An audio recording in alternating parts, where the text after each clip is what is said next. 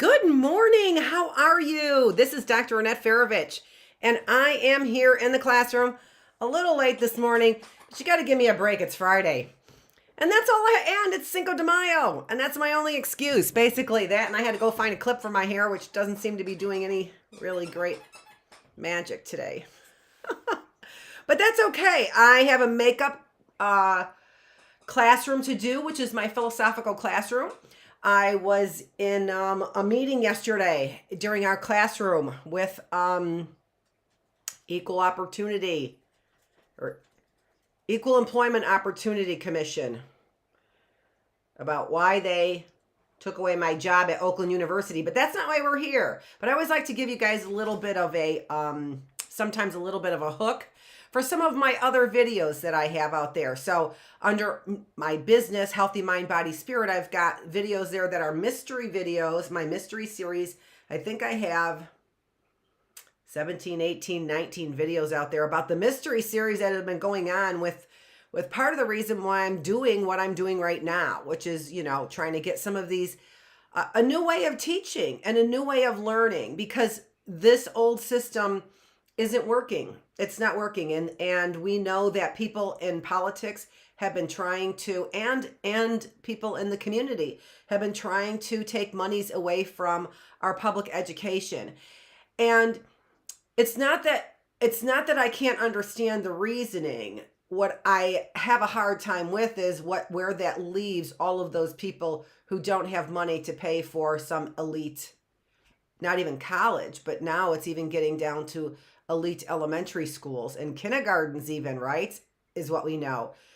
If you want to get into a good school even later on, you've got to start what? Before you're born, from what I understand, starting to apply and getting into these elite schools. And it really is sad when you think about it. This is all about the group think. Where does that leave the majority of our children? And I say children because we're talking about students is what we're talking about. So where does that leave the majority of our children? And, you have to know that the divide between the haves and the have-nots is greater and greater. It's getting greater and greater. And so how many people are in the have-nots? Well, from statistics, it's 99%, right? If you're generous, it's 98%, but that's what it used to be when I was growing up.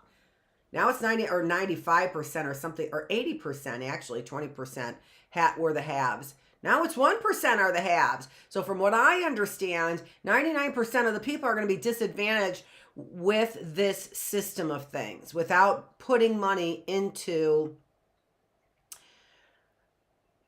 the public.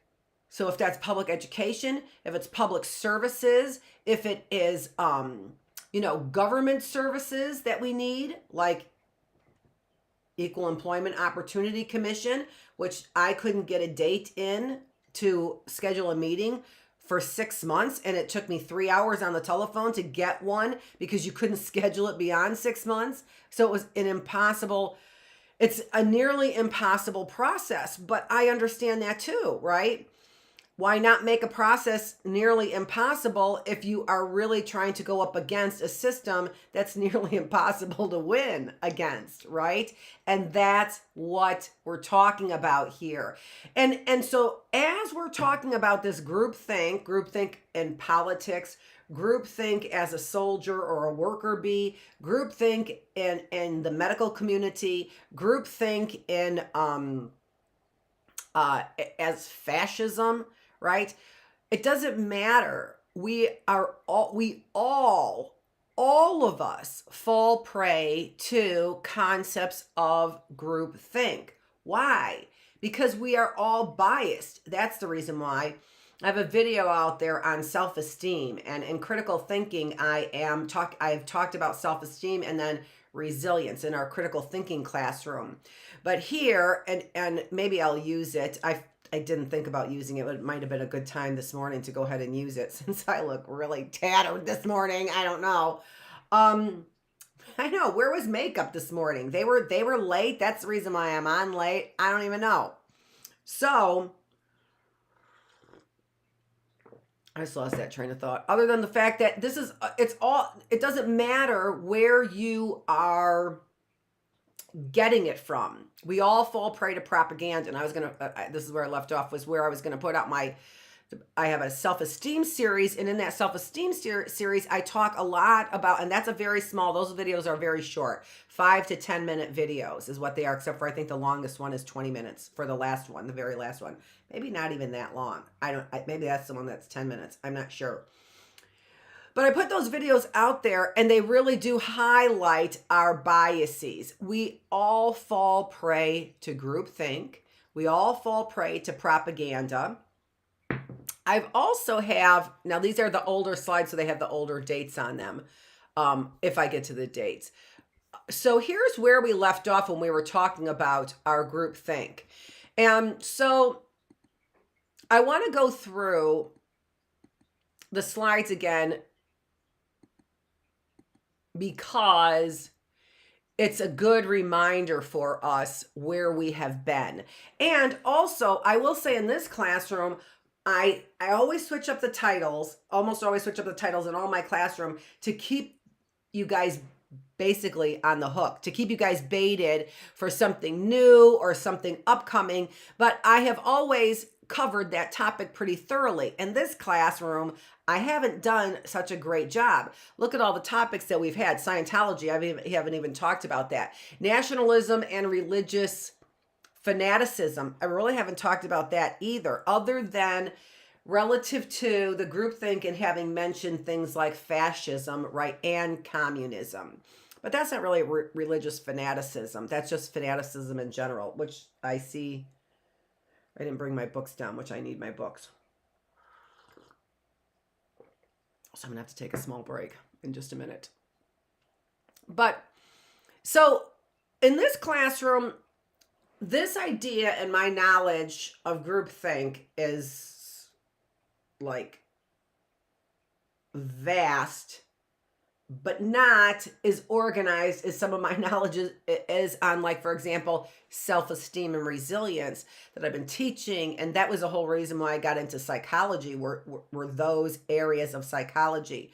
So here with the groupthink, it is not, it's not as well thought out and organized. And also, I have to say, part of that reason is because I think that we here in this classroom, in the philosophical classroom, it is my wish to always incorporate what is actually going on. And, those events change, on a regular basis. Although some of the things that have been going on, I've really been talking about for quite a while in this group thing. What I'm saying here in this group think is I am reminding you of the topics that I am generally thinking about and highlighting in this classroom.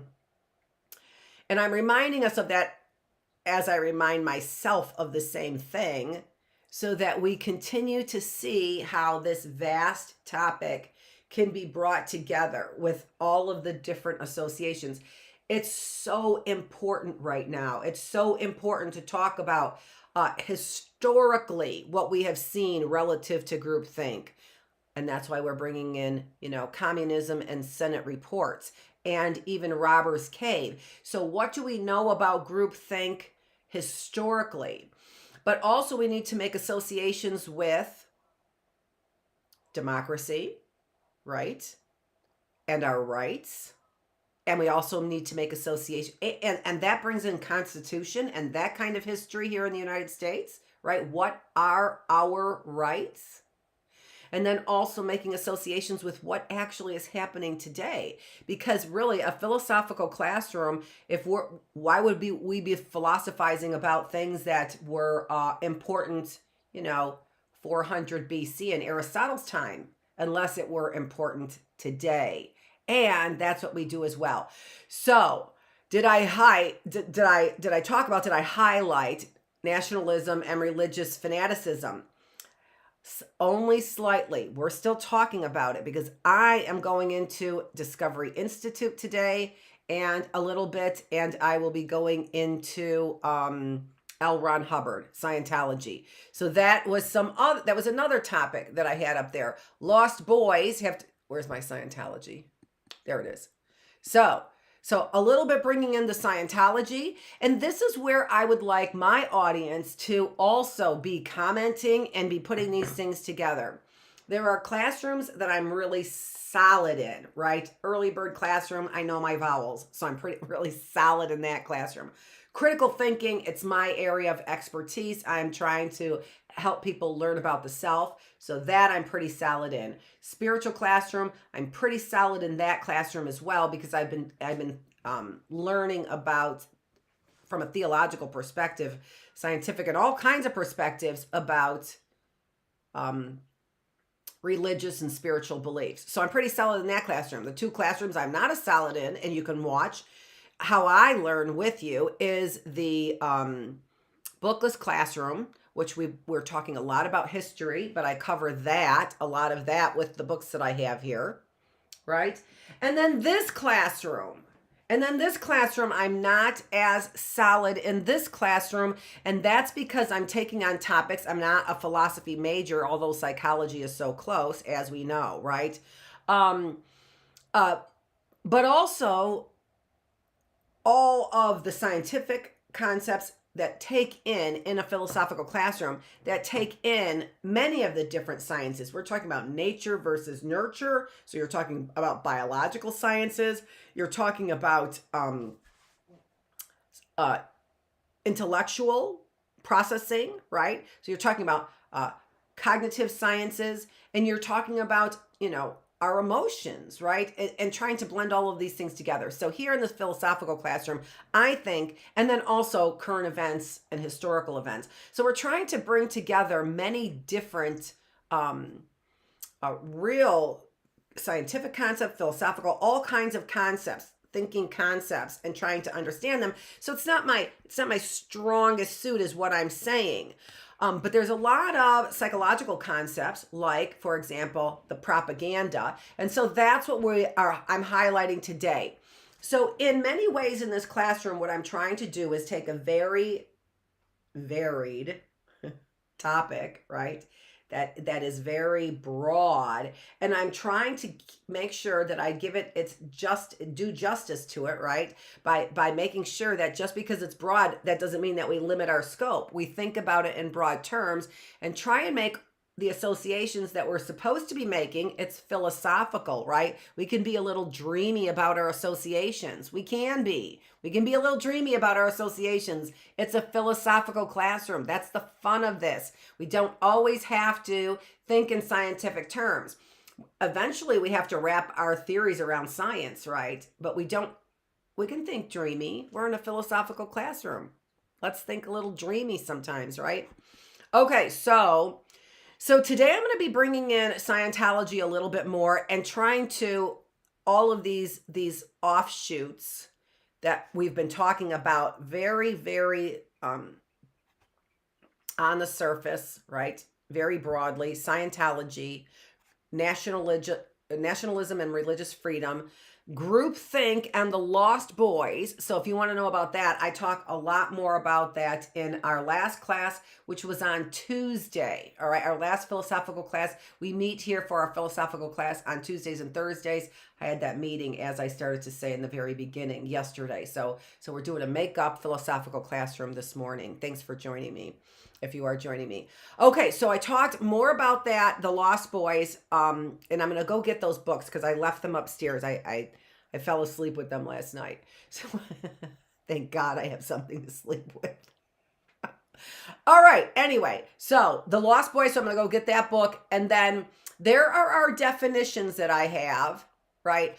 And then we really hit this idea of public versus private acceptance, because that's where we end up getting what we talked about, more of our terms, the discrepancies that we feel. So there can be discrepancies between the way that we are right now and the way that we hope to be. There can be discrepancies in our relationships, right? Between our significant others. There's a lot of overlap between the way that we see one another, or there's very little overlap in the way that we see one another. And also we can use that to judge the overlap that we have with our identity, right? So basically, it's the same kind of thing as I was saying, as far as who we would like to be, how far are we from who we would like to be, right? How much improvement have we done from the past, right? So all of those kinds of things we can measure with these overlaps that we have. Do we have a complete self, for example, right? Or are there discrepancies, like I said, between who we are and who we would like to be? So, and the last one, that's what it was, the public and private self. How much do your public and private self overlap? I knew that there was a third one and I wasn't thinking of it. Public and private self, how much do those overlap? So how much does your self overlap with your hoped for self, right? How much does your self overlap with another person that's important to you? And we can see that when we don't have those overlaps like we desire, that's where we end up feeling anxiety and depression. And then finally, the public and private self, because we are not being true to ourselves if we are not the same person in public as we are in private. Of course, we're not being true to ourselves. You know, there's a lot to be learned about the individuals on January 6th for the insurrection. There's a lot to be learned, because what they were really trying to do is keep their public and private selves the same, right? And as I've been reading in my books, you know, the last book that I read in my Bookless classroom was, sorry about that, you can't see my face, was the story of the Mayflower Compact, and about how that was the foundation of our Constitution. And so how those individuals had to be true to themselves, so much so that they left England and they went to Holland, and then they came to the United States to be true to themselves. That is, that they had to have a private self that matched their public self. They couldn't publicly proclaim their duty and faith to the king while privately proclaiming their duty and faith to their God, right? To their higher power. So those we see when we have, and so that's what his name was William Brewster, I think, something like that. I think his name was that. He said, no, I am going because I will not kneel before the king and follow his rules. These are the things that we believe. And he was a separatist, is what he called himself. And separatists could be of any religion. We know we had Quakers here, we know we had Puritans here, and we know we had Pilgrims here, and all of them left for religious reasons, but were different religious sects here in the United States. Okay, sects as in sects. Okay, so let's get to it now. So today is propaganda. And so all that we've been talking about has been propaganda, right? Propaganda. We know that you will believe what we're saying if the rest of the group says it as well. So let me go ahead and get my books, because I'm reading another book as well, very specifically, that I just bought. So I bought 4 books recently, and I've been reading three of the 4 books that I just recently bought. So let me go quick get those books, and I will be right back.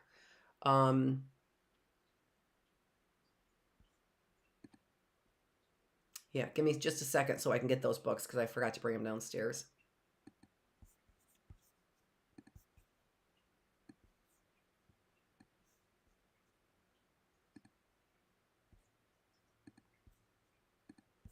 I'm going to put my be right back up there. No, it has the wrong date. It's the 5th. It's Cinco de Mayo. Hello.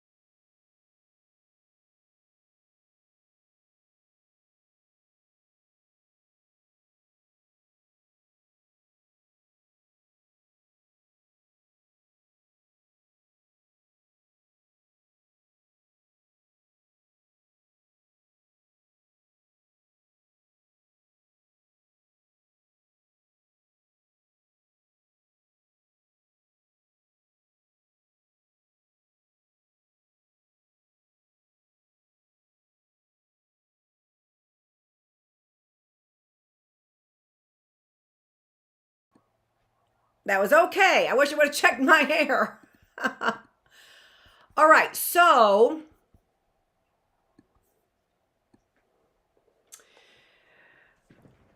all of the books that I have been working to put our ideas together for this group think have been, as most of you probably know, and many of my classes, I've been really doing a real discovery on this Robbers Cave study, because, well, you'll have to go back to the classroom, the different classrooms that I've been talking about this, in this classroom and in the spiritual classroom a lot, and a little bit in the critical thinking classroom, but some other important concepts that relate to this. So go back to those classrooms. This was an abhorrent experiment is what they did. And I'm finding out about the background of those experiments from this book, which I talked a little bit about in Tuesday's class, The Lost Boys, which is Gina Perry's Lost Boys. You can see I read a little bit more on it, and I haven't gotten really to a lot of the meat of what is going on. It seems to me that female authors more often use a little bit of liberty in their writing in order to fill in a little more context, which is a liberty that they're taking as a writer, but you can clearly see that it's based on the material. So she will be filling in, and so it makes it an easy read, and it gives you a better understanding of what likely has gone on, supported by a box of, at least a box, a whole, whatever's worth of research material. So as she is sort of narrating a story around this a little bit, not a lot, but a little bit, their story, as she's filling in their story, but she's filling in their stories when they were youngsters, and now they're, adults who didn't even know they were being studied. So as this is unfolding, I'm getting only little bits and pieces of information. I have to read a lot to get, a little information. And that's only because of her writing style, which is a wonderful writing style. It makes it a page turner. She does say here she mentions, she's talking now about, if you recall, she's talking about Sharif's study that he did not report. So there was a study done in the 1940s. There was a study done in the 1950s, and in the early 1950s, and then one done in the later 1950s. This story is the one that was done in the later 1950s, early 60s, something like that. This was published in 1961, so the study was done in the late 1950s. The one that Gina Perry is reporting on is the one that Sharif did not report on, and that's the one that she's writing about, the one in the early 1950s. So I haven't found out what happened that made Sharif not report on this. So like I said, it's a page turner, but the facts are a little bit more sparse as she tells a story, right? As she's telling a story. But here she presents the 4 stages. So Sharif's strategy was for the boys to pass through 4 stages. The first stage was mingling and making friends, or spontaneous group formation. Now this, to me, this part, and this is so important for some of the other things that I've been reading and talking about, right? So the Senate hearing on the tactics that are being used by the Communist Party. And we're learning about these tactics that they were using on our prisoners of war. So you can see here again in the philosophical classroom, we've got a lot of branches that are going way out. I'm talking about a report here from 1956. Oh my gosh. You mean close to this same timeline where they are studying these tactics on children is what they're doing. That's what they're doing. They can call it whatever they want to, but they're studying these tactics, these communist tactics on children, because why would I try and change a POW's mind about communism and communistic tactics when they're likely trained to never give in? And they have been. Few percentages did. So why would I train them? I wouldn't. You know who I would train? 11 and 12-year-old boys. That's what I would do. I would train 11 and 12-year-old boys to be soldiers exactly like I want them. So we talk about this happening in the Middle East. We talk about this happening in communist countries. This is where it started in the United States with somebody from the Ottoman Empire, the Turkish Ottoman Empire, Muzafer Sharif. So mingling and making friends, or spontaneous group formation. What is really sort of left out here in that very first stage that is mentioned in that communist and a little bit in Gina's book, that is sort of left out when you just say they're mingling and making friends? What is really left out in that statement of stage one is truly how easy and natural it was for the boys to make friends with one another. And that was their inclination. So it had to take a very assertive, purposeful effort to get those boys to behave in immoral ways. Do you remember that that's what we were talking about the other studies as well? This is Gina's comment. This is Gina Perry's comment about what happened here in the Robbers Cave. But she also studied Milgram's experiment, right? She also studied Milgram's study. And she said the same thing about Milgram's study, which is basically that right there, Milgram's study that we talked about, right? Which is basically that you can pressure people to be immoral. And there are many sophisticated, sinister ways to pressure people to be immoral. But it takes a lot of pressure.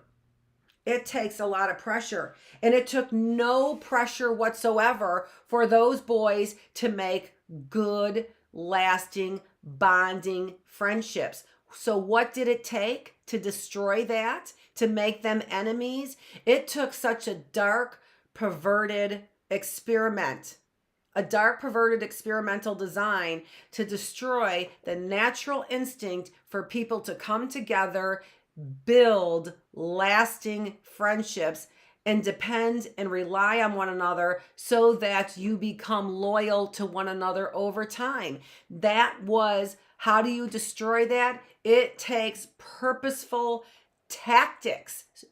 Tactics. These are military tactics that they have used on our children. Again, let's just look at who this virus was killing. I'm going to say it. Look at who this virus was killing. And look at who they're selling all the propaganda to. The virus was killing the people that they don't want or need, that were not producers, that were old, that could no longer produce. So people who were a drain on the system. And who were they training to just buy this BS? Youngsters. That's who. They're training youngsters to be soldiers. And they learned it from Muzafer Sharif. They learned it from the psychologist, the social psychologist, of which I am one, back in the day. Without a whole lot of backbone from the rest of the psychological community to say that. I mean, they did to a certain extent. They didn't publish it. That's the reason why we see these publishings of Milgram, Sharif, and you want to know another one I have? Frustration and Aggression as well. Yeah, I haven't gotten into that yet, but I'm going to show you right now. I am actually literally going to show you right now. So just give me 1 second.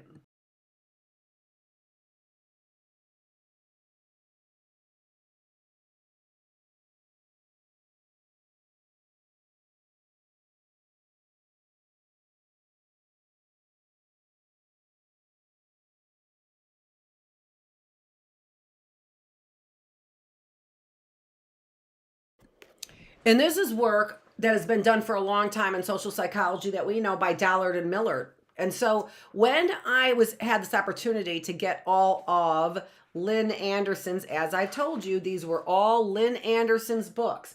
So I don't know who crossed out and scribbled out their name. Oh, Williams. Oh, Dr. Williams. That's what that says. So scribbled out the name and put Lynn Anderson and then gave me all the books. Dr. Seipel over at Wayne State gave me all of the books. So I have all of these books on these really sinister social psychological experiments. And by the way, don't forget what I said in the mysteries. I am not working there anymore. So it seems to me they set me up with a whole lot of interesting information about sinister social psychological experiments. It's just that a positive psychologist took it and ran with it in the direction it was supposed to be. So let's go back to Gina's book here. So the thing that Gina points out is that, as if I know her personally, right? The thing that Gina points out that I think is so important is, in the earlier text that I've read, again, I haven't read a whole lot from the book, is that in making these friends, this was the most natural thing that they did. And like I said, she fills in, right? So it's almost a little bit of a fiction book because she fills in. She can't, you can't say when he asked Jim Carper the first morning what the microphones and the rafters in the mess hall were for, Carper stammered and said they were there for when Mr. Ness made camp announcements. But they were microphones, Harold pointed out, not loudspeakers. Jim just looked uncomfortable and hurried away. So here you have got young boys who are astute enough to ask the right questions. What are those microphones doing in the rafters? She fills in a little bit of the story by saying, meanwhile, Harold McDowell, a boy with an interest in all things scientific, sat alone, and I imagine him reading a copy of Popular Mechanics with its offers of correspondence courses in industrial electricity, build your own power mower kits, and crystal radio sets. He kept himself to himself. He was the kind of boy with an interest in how things worked and expected adults to be able to explain things and answer his questions. Okay, how would she know that? She can't know that. That's likely not in the reports. So Gina does a really great job of filling in based on the descriptions. And boy, did they have a lot of information. I just read, they had microphones in the rafters in the mess hall is what they did. What am I talking about? Robbers Cave. 11-year-old boys. They drove them away from their parents. I read to you on Tuesday about how they would have assumed and about how Doug said his parents would have never let him go to the camp if they had been forthright in what that camp was about. Propaganda for what? For science. Science, technology, engineering, mathematics. Science, technology, engineering, mathematics. You are a soldier. You are a soldier. You know, hope people aren't taking shorts out of this and doing that, because I am showing you what this system is doing to people, and there's all the science behind it. Here's all the science behind it. Just look at the science. And now, again, here's the other book. Same thing I started to say, Frustration and Aggression. Same time period, exactly the same time period that they were doing these studies. Copyright, 1939 by who? Yale University. Same university that did the Milgram's studies as well. So I'm finding out a lot of social psychologists were banned from producing their work in the journals. Why? Because it was unethical. That's the reason why. And now, what do we do in our classrooms? This. Oh, you're kidding me. You're kidding me. You're kidding me. And we study every piece of it. I already told you the Lucifer effect and how horrible. We haven't even gotten to that. The prisoner's dilemma study that, I swear to gosh, Lucifer himself, Philip Zimbardo, look at him, did. So this is what we're doing on, and then Mustafa Sharif had the balls to be able to do it on children. Good job, Mustafa. Good job, Carolyn. Good job, the rest of you. And a lot of them were taken advantage of. I mean, you're talking about graduate students who would have given a lot to work with somebody who is this prestigious in the industry. Lo and behold, just like today, they weren't studied. as in they weren't educated properly. Clearly, he wasn't educated properly. He had his Muzaffar Sharif clearly was not educated properly. I don't care. How about that, Muzaffar? You clearly weren't educated properly. You clearly weren't. The end of a statement. So this camaraderie in stage one, where they're building this, as I said, camaraderie, is very natural for the boys. And what was not natural was, where did I start? Where was I reading that from? I lost my page. There it is. Okay. And what was not natural was the conflict and then the long-lasting trauma that these individuals experienced. That was not natural. That wasn't natural. The friendships that they built, that was natural. What they did to those boys, it was not natural. And the long-lasting trauma that they had to incur because of what they did in these studies is just beyond me. Now, all right, so I started reading the 4 stages, so let me finish those 4 stages. So Gina does a really good job of making this a story, but also bringing out the facts. And again, this is a story that hasn't been told because this is about the second experiment that Sharif did that he did not report on. So I'm very anxious to find out more about what went wrong with that study. And from what I understand, there was a big fire. I don't know. And they say things like, it took extra long to get there. I understand we're 11-year-old boys, but I can't believe it took that long. Where did they go? Where did they go? And that they were surprised about how desolate it was, right? That how did they get in this place in New York, a place that was that desolate? Where did they go? Where did they drive those boys after they got parental permission, after they put a great big hook in front of those parents? Where did they take those boys? And can you even, fathom the criminality in this? They took people's sons under the guise of, we are going to help them. And then they created an experiment in a situation that created trauma that lasted a lifetime. That's what they did to those boys. That's what our scientists do. I'm sorry, science. You know what? I hope we knock down every effing university for all the biases that you guys have sitting in front of us. Every one of them. You kick out good teachers for your propaganda. And that is what today is about, right? That's what we're talking about today. So trying to put a lot of these, again, as I said, a lot of these different topics that we've been talking about and building bridges between them. So we have a really deep understanding of what is going on right now. In my opinion, it's communist propaganda. That's what I have to say. And I'm not looking at picking out individuals. I'm not looking, as so many people are, point the finger. Just look in your house. Just look in your own home. Where do you have the propaganda? Where are you buying the propaganda? That is enough for each one of us to clean up our own houses. We don't need to be pointing at this race. We don't need to be pointing at this individual. We need to be cleaning up our own homes for the propaganda that we are swallowing on a regular every minute, every hour of every single day. So, number 1, spontaneous group formation. And this has been scientifically confirmed. So what I'm reading to you is the science of the Sharif study, all right? The steps. Now, they didn't clearly outline the methods within each step, but they clearly outlined these steps. All right. So this is the steps of Sharif's Robbers Cave study, or group conflict study, studying group conflict. I remember Dr. Alexander teaching me these exact stages when I was in undergraduate school. And the second stage, intra-group relations.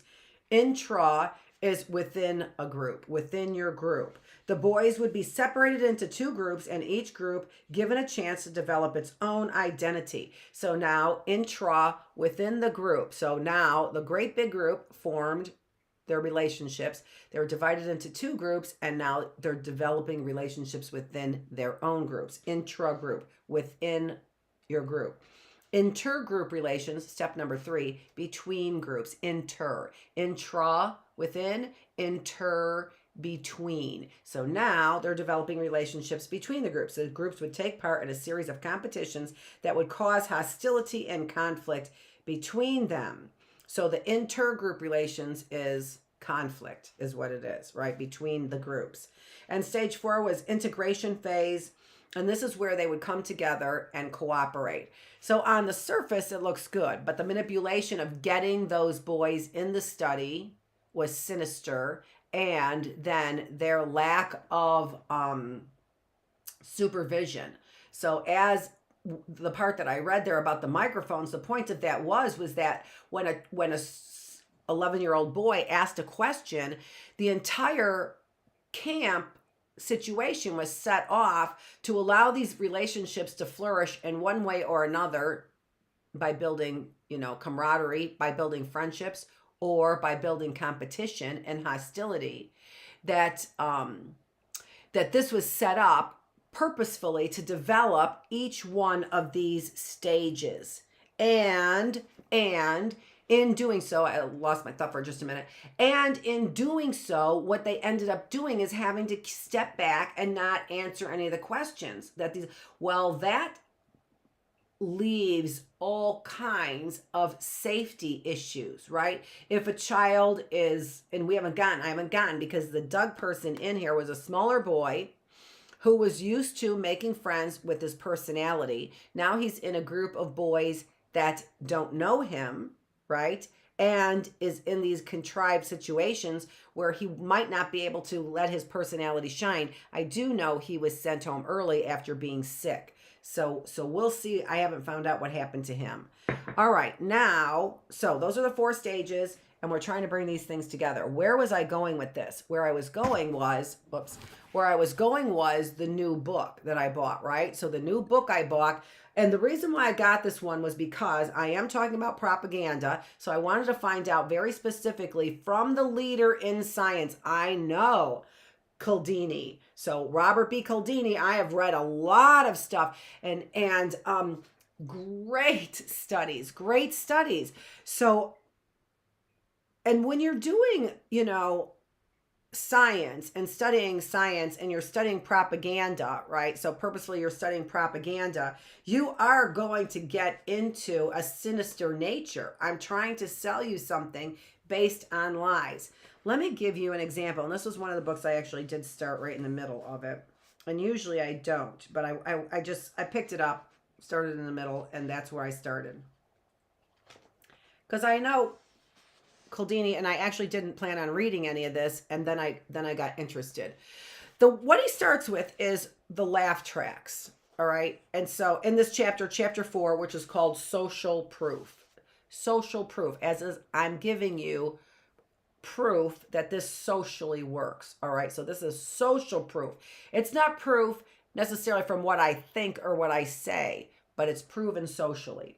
So let me give you an example of that, of what he's talking about and what he says. The example that he uses, laugh tracks. So when you have a sitcom, and in particular, a poorly written sitcom, using a laugh track will get people to think that sitcom is funnier, and people will laugh longer using a laugh track. So despite the fact that people hate the laugh tracks, when you're talking about propaganda, selling people on a show, I could lie to them and make them think it's funnier by putting on a laugh track, and it works.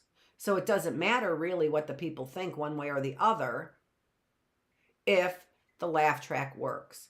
So that's the point that Cialdini is making. It doesn't matter how funny the sitcom is, and it doesn't matter that the people don't like the laugh tracks and spot them. What matters is that the propaganda, the lie, works.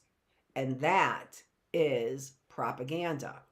right? So the end justifies the mean. What's the end that I want? I want them to think that the show is funny. I don't care if it is funny, right?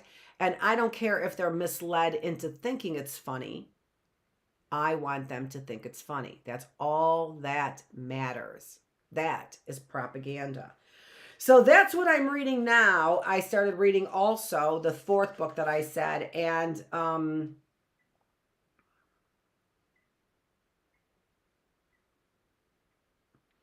yeah. And they're talking about setting up the concept of a cult. So setting up so this social proof is, it doesn't matter. And so what is Cialdini running into? The concept of a cult is what he's saying. So how can I get people to think cult like? And Cialdini is not doing that. He's saying this is the literature. He's presenting the literature. So National Best Influence, the Psychology of Persuasion. These are the research that Cialdini did a lot of the research studies in. So he's talking about end of times and cults that believe in end of times, and then the end doesn't appear as scheduled. But immediately following the obvious failure of the prophecy, history records an enigmatic pattern. Rather than disbanding in delusion, the cultists often become strengthened in their convictions. They take to the streets, publicly asserting their dogma and seeking converts. So it is with the Mountainists of 2nd century Turkey, with the Anabaptists of 16th century Holland, with the Sabbatists of the 17th century Izmir, and with the Militarites of the 19th century America. I don't know who any of these groups are, but what they're saying is that these are groups that believed in the end of times and a date, who, when the end of times date passed, became stronger in their dogma. Do you see what we're talking about when we're talking about groupthink and when we're talking about propaganda and buying into propaganda, and how deep this can go? What was Sharif doing in his studies? What was Sharif doing that they're uncovering? They were selling propaganda, and what it looks like to me, more specifically, honestly, it looks like it was communist propaganda is what it looks like they're trying to sell, right? Basically, propaganda on how to get you to think in one particular way, to buy into this particular set of ideas. It's what Sharif was saying from the very beginning, and what he insisted on for an outcome the entire time he was doing that study, as I read more and more. Okay, so this is what, and he's talking about the people who were running this, Leon Fessinger, Henry Ricken, and Stanley Schachter. Now, these are big names in psychology.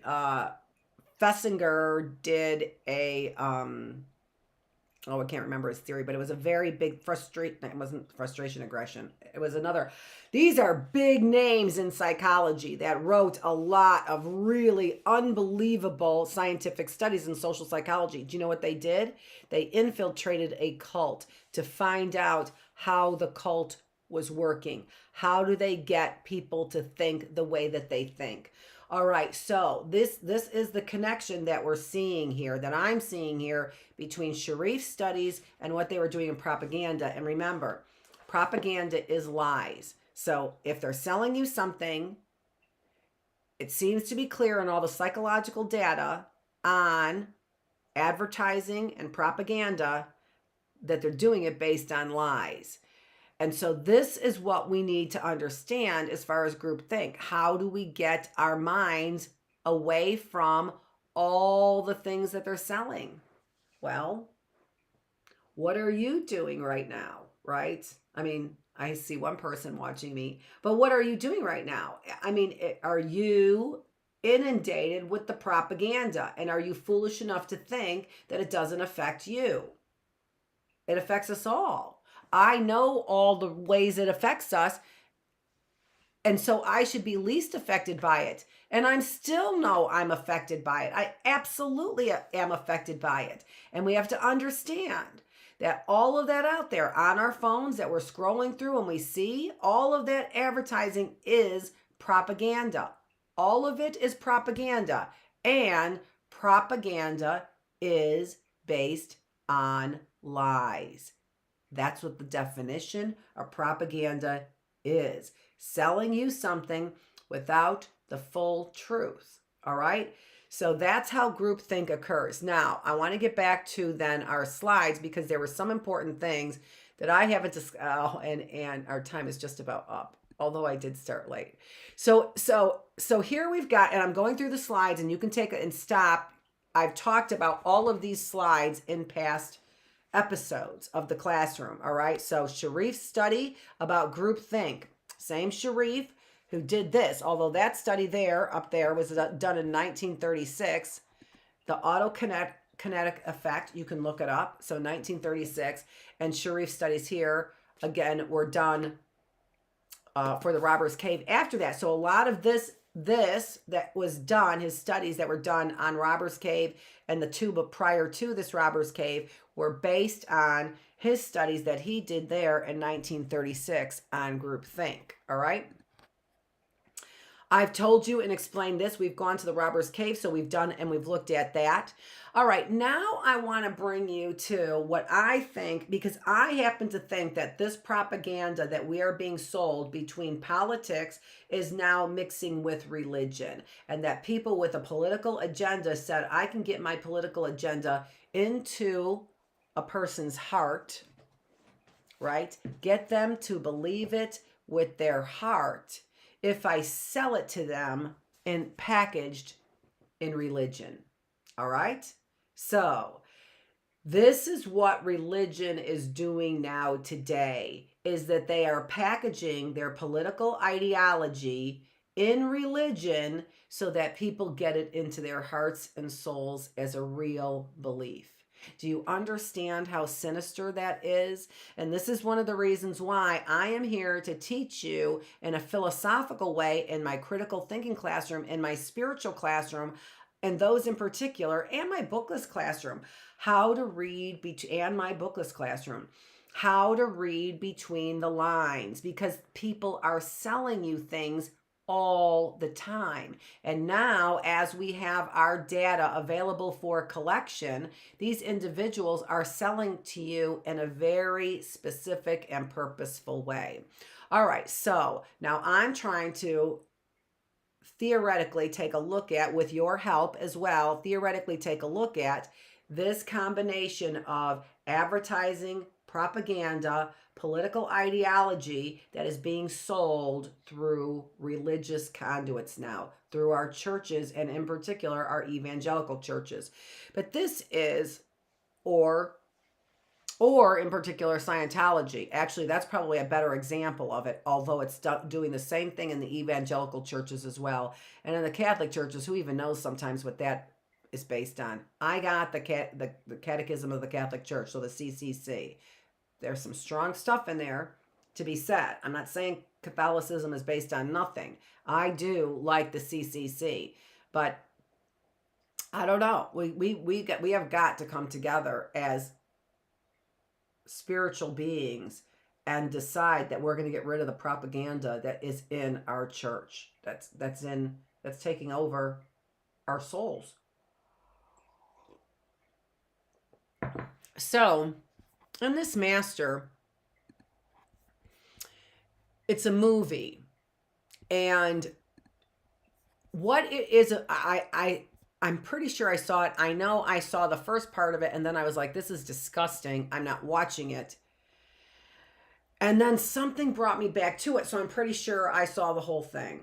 I did see the whole thing. Something brought me back to it, and I don't know what it was, and then I saw the whole thing. And it is just a 2-hour perversion.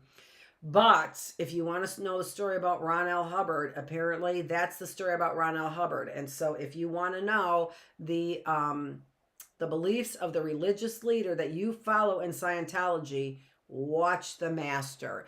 And I put a link down there to The Beast, right? To an article in The Beast. And it gives you a side-by-side comparison between the movie and Ron L. Hubbard. So they don't tell you that The Master is a movie about Ron L. Hubbard, but it is. And if that guy's not involved in this in some way, watching him on the beaches there, I don't know who is. How is he not involved? How is he not in the movies showing us bits and pieces of this study right here? Watch The Master. We are watching Ron L. Hubbard perform bits and pieces of what was done in here. So, all of you Scientologists, and not only that, because they've been doing it to me, trying to get me out of Oakland University over there. Same kind of, and I don't know who it is. It's Oakland and somebody else, the universities basically, but using these tactics, just exactly what I've been saying. So Ron L. Hubbard is buddying up to people in the Scientology group. As you all know, Tom Cruise, come on and speak out. It's about time, isn't it? Who cares what they have on you? We already know what they have on you, by the way. We already know what you're afraid of. It's the same thing that Ted Danson was afraid of. It's the same thing that John Travolta was afraid of. We already know what you're afraid of. Okay, so whatever. What, you think you can't play a leading part anymore because they got something like that on you? Big deal. They have something like that on almost everybody in this country, right? That's what they're trying to do to me. Why do you think they stole 4 of my hard drives? They're trying to find something dirty on me so that what? So that I become their representative? Is that what you want? Is that what you force people to do? You force people to be their representatives by getting dirt on them. So there is the movie with Ron L. Hubbard. There's another picture of Ron L. Hubbard right there. So there's the movie starring that great actor and Philip Seymour Hoffman. Isn't that his name? So great actor, right? Disgusting script, but that's the story of Ron L. Hubbard. So I went to Discovery Institute for a colloquium a couple years ago. And what I'm saying is that Texas has got something going on there with their Christian movement and their politics and their Discovery Institute and their Scientology. So there's connections there, and they are using communist tactics. I put that picture up there because I think that those two look quite a bit alike to me. And there is Stephen Meyer, and Stephen Meyer got me to go to this, which I loved. I loved going to Discovery Institute, but for the purposes of finding dirt on me, just like they find dirt on everybody else in Scientology, in order to back me into a corner. And very specifically, their sex trafficking is what they're doing. Tell me I'm wrong. Come to my home, Stephen Meyer, and tell me I'm wrong. Come to my home. Come right to my home and tell me I'm wrong. All you got to do is walk around the corner. I'm pretty sure all you have to do is walk around the corner. This is Dr. Annette. Let me see what I have over here. Yep. This is Dr. Annette Feravich talking about Scientology, talking about crooked people taking over our spiritual religion, talking about what is going on in Texas that is allowing for what people are calling science.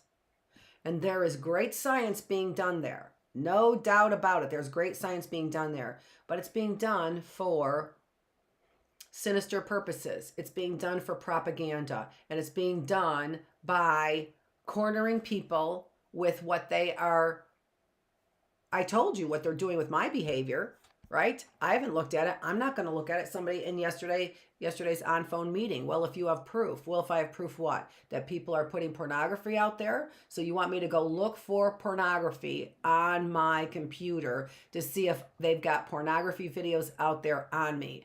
Well, it's likely not exactly me because I'm not doing those performances. So somebody else is out there looking like me. What kind of proof is that going to be? Right?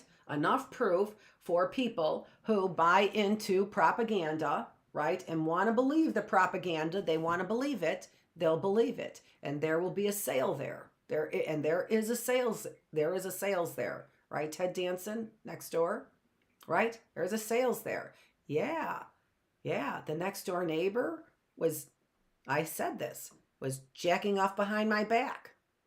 I have pictures of in the neighborhood. I'm going to get them.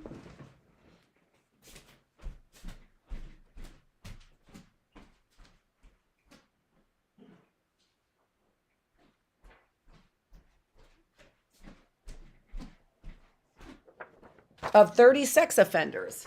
If you have somebody who's speaking the unpopular things that I have been speaking, and our president of our association would not print this, despite the fact that these are people who I've seen 5 minutes away from me, as well as people that I have seen on Oakland University campus. When I complained about this, they locked me out of my courses, is what they did. And what do I think this is all about? What do I think it's all about? The propaganda that they want to sell in order to make this a communist country by traumatizing our young boys and girls. And if they're not doing it this way, they're doing it with all of their sexual confusion. And all of you know it. Every one of you know it, and I know it. And you're not going to get me to shut up. It's going to be really hard. You thought I'd be gone by now. It's the end of the semester. It's the end of the year. It's the end of the school year. And you thought I would be gone. And guess what? I'm still here. That's what. I'm still here. I'm still here. And I've seen you. And I have seen you. I have seen you. I have seen you. I have seen you around my classrooms. Adam, I have seen you. Miranda, I have seen you. Joseph, I have seen you. Bill, I have seen you. Tony, I have seen you. Andrew, I have seen you. It's your name over there. And your name. And your name. You. Hunter, I have seen you. Mike, I have seen you. Ed, I have seen you. And Camille now as well. And Camille now as well. You, who does he look like? Go check out Avery. Go check out Steve Avery and take a look at that lawyer. Take a look at that Stephen Avery's lawyer. Who does that look like? Who does that look like? He was number 4. That's all I got. This is Dr. Annette Feravich. And I will be back on Tuesday again with the Early Bird Classroom at 8 o'clock. I do enjoy doing this. It really is. I think you could tell that I enjoy doing this. I want to also tell you that it's a burden on my back. When I come here, there's a lot of stuff that I've been thinking about. That's heavy duty stuff. But I am bringing it to you. I will bring it to you. Because why? Because I am the teacher and this is the classroom. We are in the philosophical classroom. We are here for a makeup, and thanks for joining me. I appreciate it. I will be back here Tuesday, 8 o'clock in the Early Bird Classroom. Check out the other classrooms too, because we're talking about all these things in different ways.